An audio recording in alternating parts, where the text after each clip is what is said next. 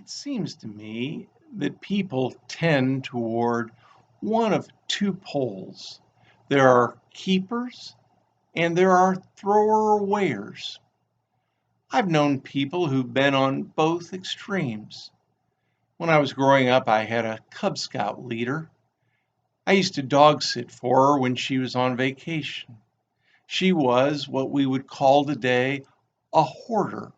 Her house was packed floor to ceilings with newspapers and magazines and things she couldn't bear to throw away. On the other extreme, I've known people, often with the onset of dementia, who give or throw things away to the point of getting rid of everything. My mom tragically went through this. My brother and I would have loved to have had some of the things she just randomly gave away. Most of us, it seems to me, tend to gravitate somewhere between these two poles.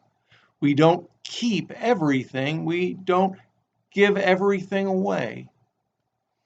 I tend to like my own life fairly well organized and neat, so I tend not to keep everything. I can think of four exceptions, however. I keep everything, I mean everything related to my children's childhood. Pictures, report cards, certificates of achievement. They think it's weird when they come to visit with their spouses and see clay bowls that they made sitting out. I also keep files. I've got tax files going back to age 21.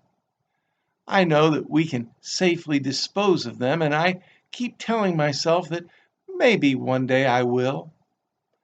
I also have files on every religion class I've ever taken. I've taken a lot. What's more, I've got files on every religious subject that I've found interesting or important through the years, all of the classes I've taught on the Bible. All told, I've got four-drawer file cabinets full of stuff. I know that in this digital age it seems an anachronism, but I don't want to give them up. Speaking of giving things up, I don't know how to give up a book. When we moved here, what was it?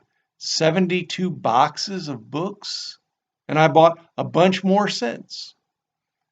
Last but not least, and I hesitate to admit this, I have trouble throwing away clothes, especially ties and shirts.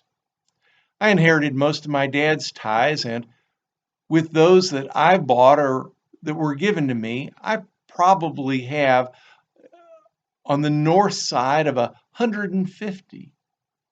I just don't wear them that much. But if there ever is a wedding where I need to match the colors of the couple, you can be sure I have it covered. And shirts, my daughter went through a phase where she would wear my t-shirts and sweatshirts. One day I went to look for one and couldn't find any of them. Every single one was in her closet. To this day, I have shirts that have no business ever being back in style, and even a shirt that holds special memories from my high school days. It couldn't begin to fit me, and it's holy, but not in the sacred way. Or is it? Hebrews 12:1 famously enjoins us, saying, "Let us lay aside every weight and the sin that clings so closely." Could you join me today in considering what sins you might need to throw away? I'd like to tell you that it's easier than picking through old shirts. It's not. Then again, admitting you have a problem is the first step. Beth, sweetheart, I'm coming clean on this one.